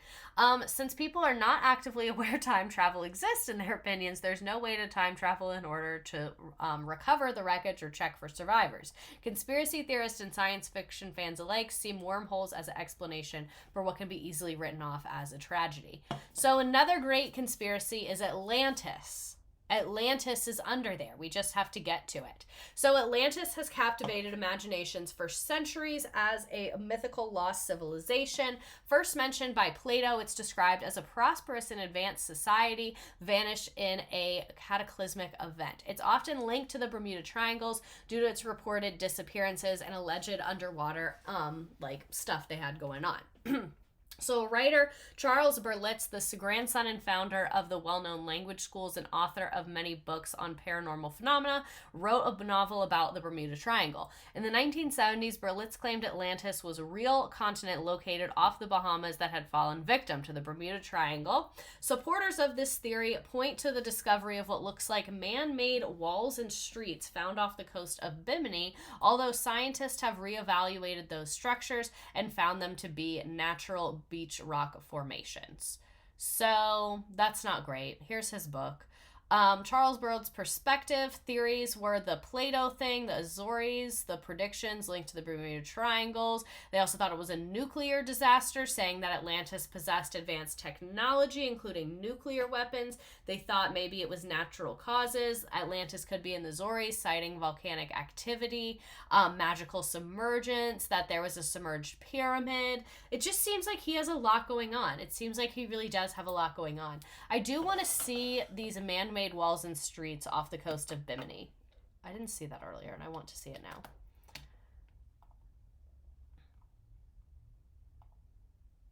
now. Okay, that's like not as cool as I thought it would be. I can see it does kind of look man-made, but I can see where it would also not be. There were some other pictures if you want to explore that one on your own. I can see it going either way there. So these are thoughts from, how do you say that? Kiora? I don't know, but clearly this is where the people are going and talking, and this is where the important research is happening.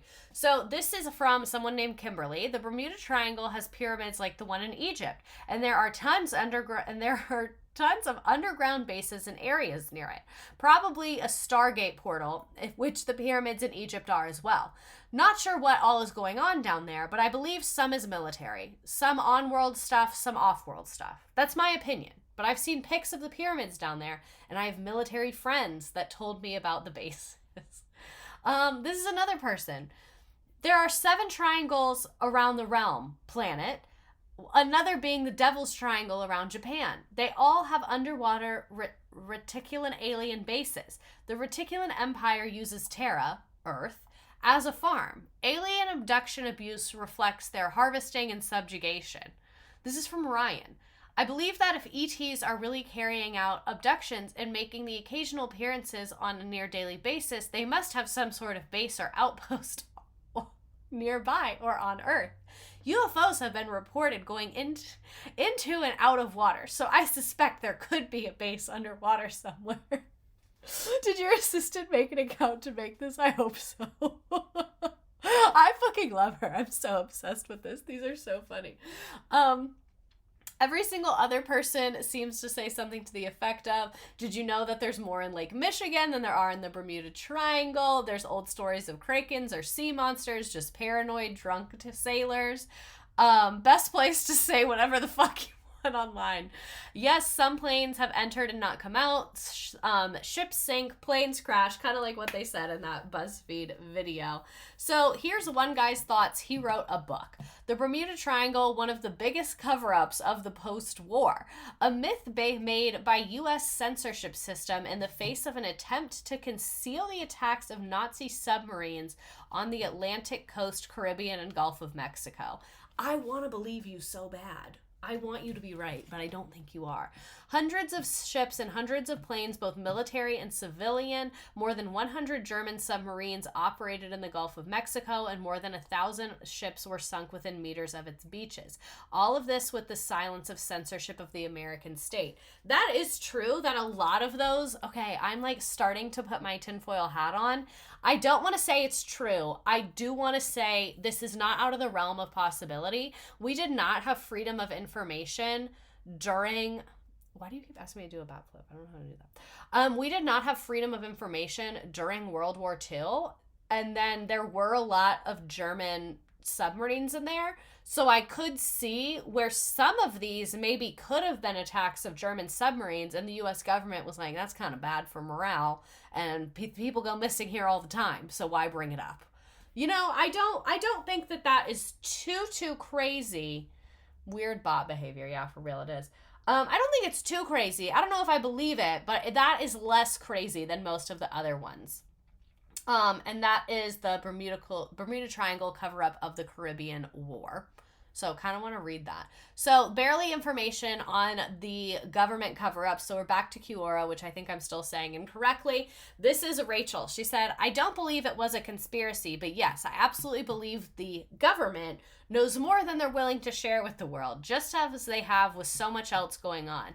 BTW, did anyone happen to watch the video where the Canadian Prime Minister recently stated that the government had been aware and in contact with 56 different ET species? I prefer to call them HI, higher intelligences. One thing about Rachel is when the aliens take over, she is on good terms with them. They're going to be cool with her. Rachel's rocking with them, so they're rocking with Rachel. Do you think it's Miss Rachel?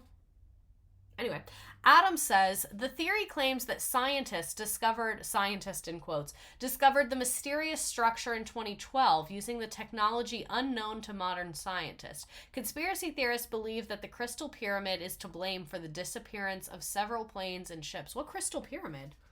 Where did we get the Crystal Pyramid? Where did we get the Crystal Pyramid? What? Oh my god, the people in the chat that are on drugs right now, I'm sure this is a really interesting experience for you.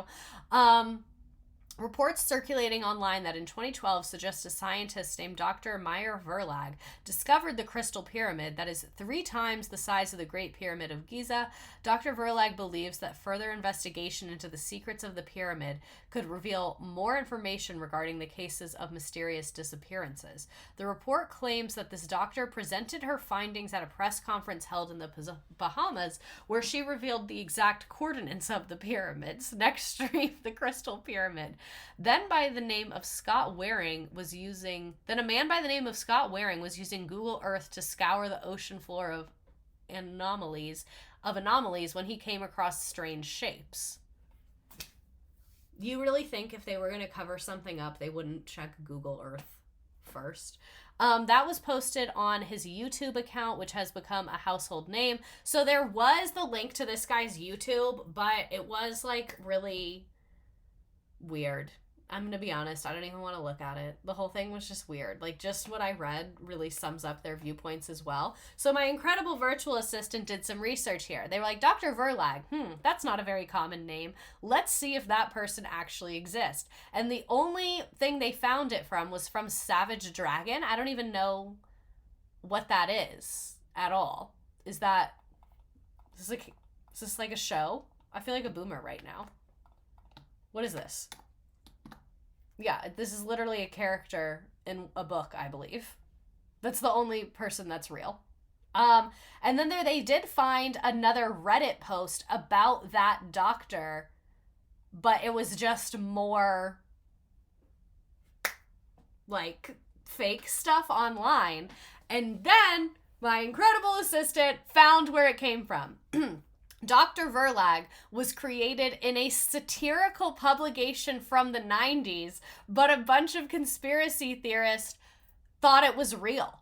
So the fucking Crystal Pyramid came from literally a joke of people making fun of the Bermuda Triangle, and then that guy literally wrote a book about it. Isn't that insane? And I put the note in here to give her a shout out. That was such a journey that she took us on, and this is why she's my assistant, because she gets the journey that we have to go on to go there.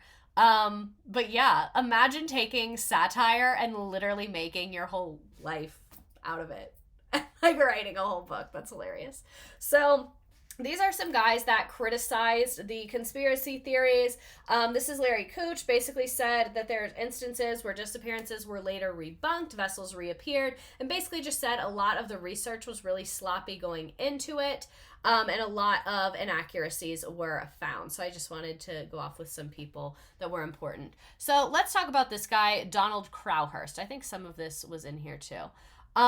Yeah, let's talk about Donald Crowhurst. So this was a British businessman and amateur sailor who disappeared while competing in the Sunday Golden Times in, that is a yacht race. Soon after starting the race, his boat began taking on water. He secretly abandoned the race while reporting false positions in attempt to appear to complete a circumnavigation without actually doing so. His ship logbooks found that after his disappearance suggests that the stress and associated psychological deterioration may have led to his suicide. His participation in the race has fascinated many commentators and artists and inspired many books about how this guy just like disappeared during this race, but then this guy pointed out that like he was cheating in the race and that he thinks he killed himself.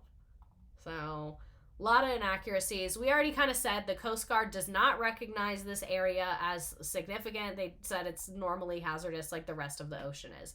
So I did want to bring up a couple of other things. So this is called the Devil's Sea or the Dragon's Triangle. This is very similar to the Bermuda Triangle, but it's located off the coast of Japan. So it kind of feels like everyone was just doing their thing and everyone created a spooky ocean circle. They had multiple planes go missing in that area, unusual sky phenomenon. In the U.S., the New York Times called it the Devil's Sea, citing 9 ships had gotten lost there. So yeah, claimed 9 modern ships, hundreds of people around that same time period. What it seems like to me is that in the 40s, 50s, and 60s, we had air travel and ocean travel that was very advanced, that our navigation technology had not caught up with our transportation technology. That's the biggest thing I'm taking from this. We already talked about the Michigan Triangle. Crazy shit goes down in there if you want to watch my Great Lakes stream.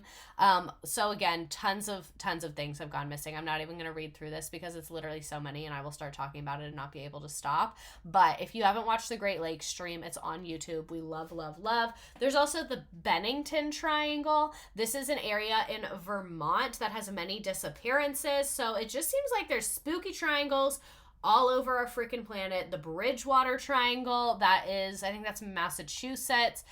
This is in southeastern Massachusetts, that has lots of paranormal activity and lots of disappearances as well throughout the 70s. Again, maybe just could have been drugs. State Hospital has cults in it. These are all good future stream ideas. We should do that one. Storm the Bermuda Triangle. It can't swallow all of us. That's so true. So true. What is this? You can see I like literally haven't read through some of this. So I'm going to put Subway Surfer on because I'm sure that your brains are tired of this. But these are some Redditors that have had weird experiences in the Bermuda Triangle. Does a cruise count? If so, then nothing really weird happened except for the fact that my phone connected to Italian data in the middle of the sea for a couple of minutes. I was in the Triangle just about 2 weeks ago. We were probably 40 to 50 miles off the coast of Florida, and our navigational tools started kind of going crazy. These days, almost everything is digital, so it's not like you see the old videos with the compass spinning or anything. The main thing was that the heading of the ship showed us spinning in a circle, even though we were literally going straight ahead. The waves started picking up, and maybe 5 minutes after that, then a massive creature pushed our ship over, and the majority of the crew went down with the ship. I just managed to grab onto a cooler, and I'm still floating out here. Please send help. I absolutely love Reddit. I love Reddit so much. This comment will get lost because there's already 200 plus comments, but I actually live on an island. I work on a team that controls the Triangle, and it's usually not eventful. But if you do something to piss us off, we're gonna fuck with you. I was fishing in Bermuda at night, about 2 miles offshore. On the way back to the shore, one of the guys hooked a fish, the first fish he ever caught, and it was giving no fight. We were not sure why. As we got close to the boat, we realized it had been hooked through the tail and was coming in backwards. When we pulled it onto the boat, we realized the fillets were missing, like the fish had already been processed at sea and had already, and he happened to hook a random, freshly discarded rack. It was spooky as hell. Love Reddit. Love Reddit. This guy's like, I went fishing one time and my friend sucked at fishing. Interesting. The weirdest thing is that there's no actual triangle out there. Just water. He's like, don't worry guys, I went out there and there wasn't even a triangle. It was just water. So this is, I can't open this Amazon link because last time I did that, I doxed myself. Womp womp. So this is a book called The Bible in the Bermuda Triangle from 1976. And this book, the author seeks to prove the existence of Tragedies. I don't really know what that means. That it's located under the sea. They show that catastrophic disturbances in parts of the world can be attributed to spiritual activity over entrances to the netherworld. But the book ends on a positive note. It tells us where the redeemed go after death and shows the significance of the water in the kingdom of God in contrast to its present role as a destructive and captive force. We're really at the bottom of the barrel trying to find explanations here. So why did it become so popular? It went from obscurity to international fame, like I said, in like the 50s, 60s, 70s. And this is also a time where people are talking about UFOs a lot. There was counterculture. There was mystery. Like, it makes sense that it kind of went 50s version of viral. Cynical exploitation by paperback writers and publishers catering to the sensationalized nonfiction. Difficulty in debunking claims in pre-internet era also enhanced the mystery. It was also in a lot of popular TV shows and movies. There was that initial article after the disappearance in Miami that we talked about at the beginning. Then the Bermuda Triangle by Vincent Gaddis in 1964. And I think it also, so I'm 26 and I remember lots of my teachers in elementary school talking about the Bermuda Triangle, but lots of my teachers in elementary school grew up during this time. So it just makes total sense that this is like a cultural phenomenon, and it's literally just kind of dumb, but it's funny. The socio-political climate of like thinking the government is hiding things from us, because they are. I just don't think this is one of them. Lots of the movies, like we said, just lots of different reasons why this kind of like picked up. So I hope that we enjoyed this little Bermuda Triangle stream. It was not as cool as I hoped it would be because it seems like we had pretty reasonable scientific explanations for everything. Next week, we will be doing Justin Bieber. It will be primarily derogatory. We're going to talk about some of his faux pas. We're going to talk about some of the outfits he's worn. We're just going to get into it. It's going to be a fun time. My parents went a trip there when I was in elementary school, and I was so scared they would disappear. That's such like a kid thing to do. That's hilarious. But let's go ahead and play our freaking game. So we have to do the underwater one, obviously. Where is it? Did they get rid of it? Okay, no, good. So I will put the code up here. If you would like to play the game, you just go to join.nearpod.com. I don't want your email address. I don't want money. I don't want anything of the sort. I don't know why my link is not working.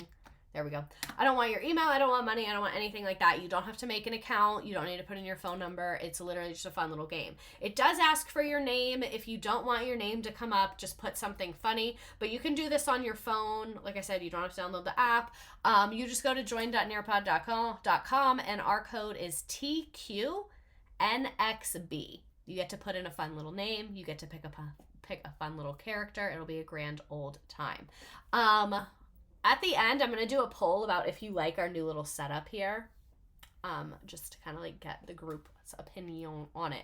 I was never a believer, so I'm excited to learn. Me too. I also really need to make sure I include, there was a time that like some trolls were like, let's pretend to be Justin Bieber eating a burrito like this on the side of the road, and I loved that. I think that was a great bit, and I absolutely loved it.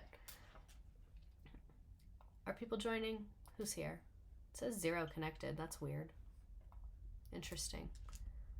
I'm so excited Biden is out. Oh, let's talk about it. Let's talk about that. Let's talk about Joe Biden dropping out. I felt a lot of relief wash over my body. I felt really great. It sent me to the slides. That's weird.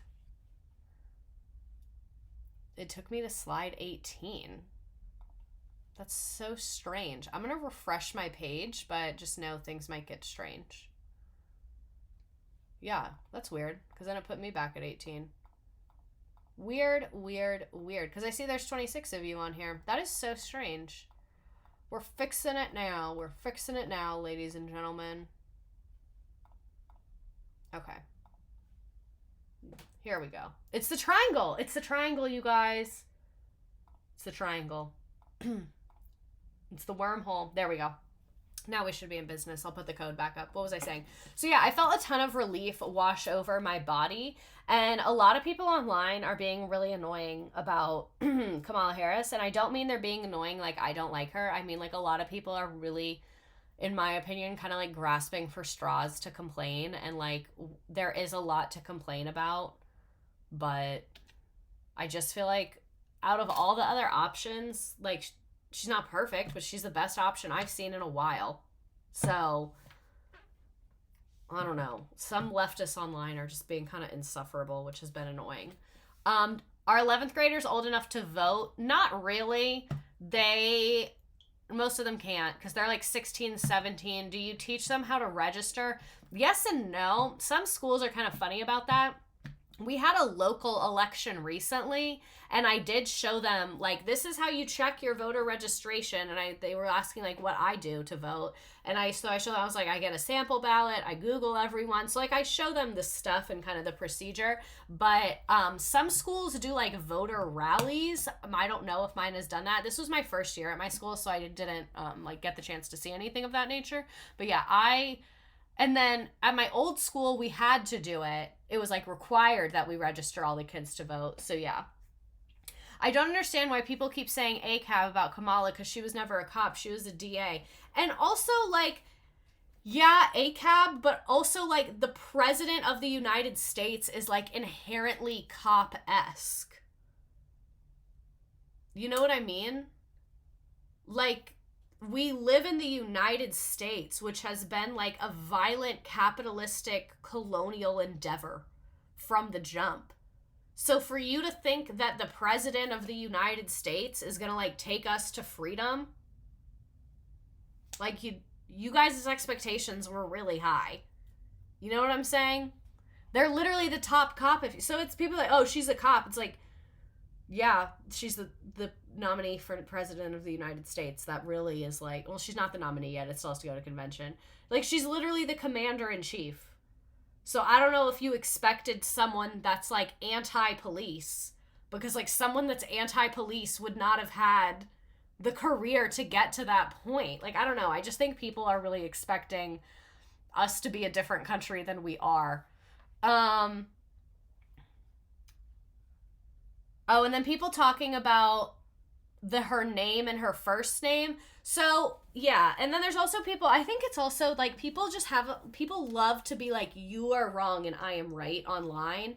And I think it's like, I think there could be a case of someone using her first name in a disrespectful way. Like if someone was like, we had the great President Donald J. Trump, and now we're being replaced with Kamala. Like, if they said it in a mean way, I would think that that is valid. But I've also seen a lot of men use their first name. Like, Joe was going by Joe a lot. So I think, and it also depends on the context. You exist in the context. Like, if they were introducing her with other global leaders, they should say Vice President Harris, because it's a formal event.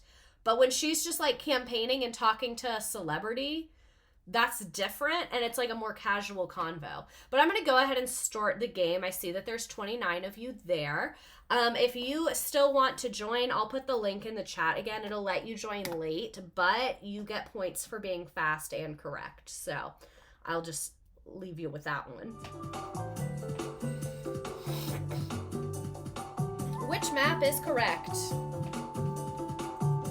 Yeah, and a lot of her branding is Kamala as well. Exactly. It's Kamala, right? Kamala, not Kamala. Kamala. Yeah, I think I'm right. If I'm wrong, let me know. But yeah, I don't know, like, is she my favorite person on Earth? No, but she is a lot. I like her more than I've liked a lot of the other people that I've had to vote for. You know? Like, so I'm really not going to complain. I like her more than I liked Hillary. I like her a lot more than I like Joe Biden. So that's fine, I guess. Woohoo! Like, one thing I will say, though, I'm going to turn my volume down a little bit. I'm losing my voice.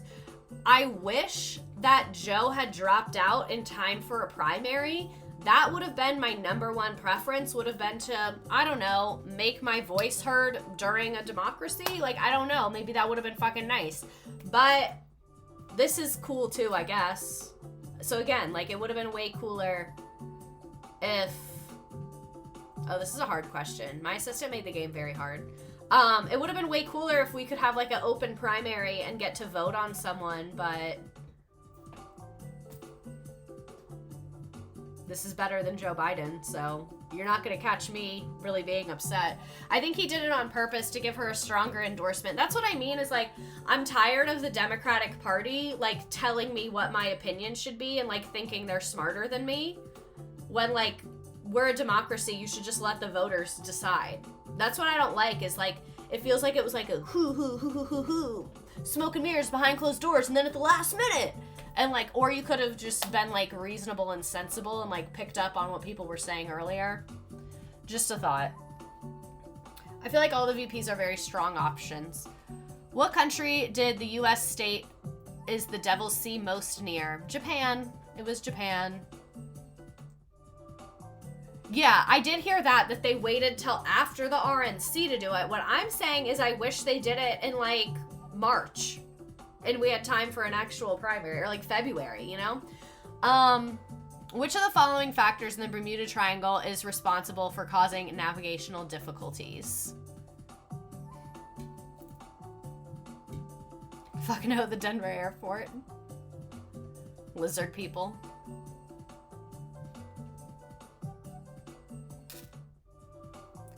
I feel like with this situation, the timing was smart, but I get what you're saying. That should have been plan A. Yeah, that's what I'm like, okay, I guess. Like, I'm glad they didn't do it during the Republican National Convention, because that would have just, like, gone downhill, I think, but again, March would have been cooler.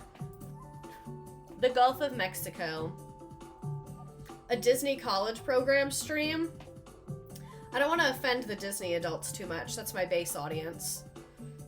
Which phenomenon can potentially cause ships to lose buoyancy and sink rapidly? He said he wouldn't run for re-election when he first got elected. Wish he had followed through on that. Yeah, like, the whole thing is just kind of irritating. The outcome, I'm, like, generally speaking fine with, but the road here was gross and annoying. I don't really know how that works. So a primary is, like, basically lots of people, like, lots of Democrats run against each other, and you're voting for who is going to be the nominee. So, like, we would just get to vote between two Democrats about which one we liked better to, like, represent us. Yeah. It's the first time we've had a likable candidate in over a decade. That's what I'm saying. Like, it's really, things could be worse, you guys. Like, are things great? No, but things could be a whole lot worse. Whole lot worse. What was the primary mission of Flight 19 on the day that it disappeared?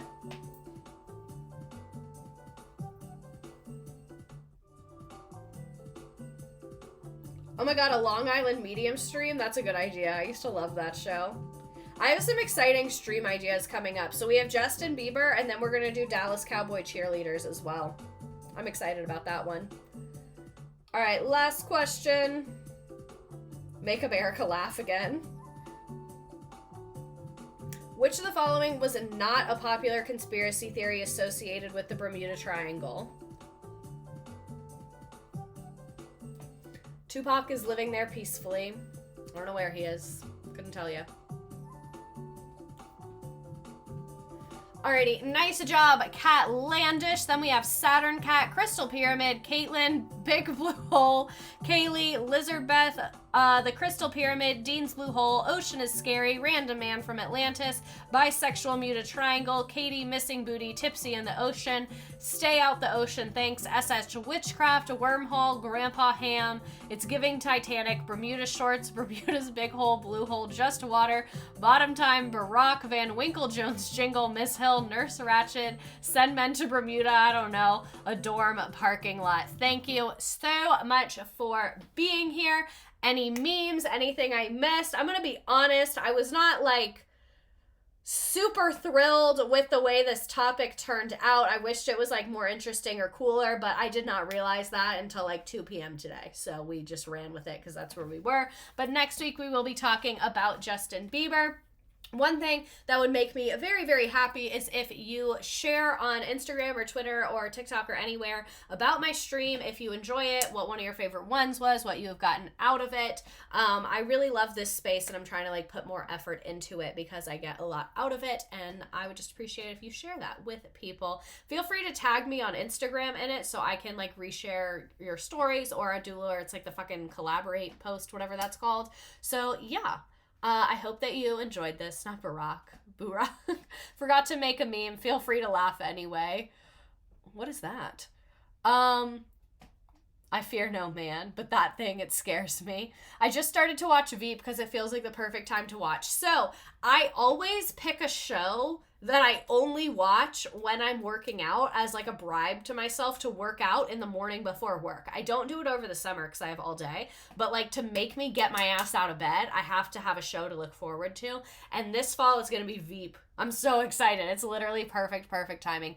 Telling the book club girlies about this. Don't worry, we never read or discuss the books. Is this Helen Keller? The Amelia Earhart and Helen Keller mix-up will always be funny to me. But anyway, thank you so much for being here. I will see you next week for Justin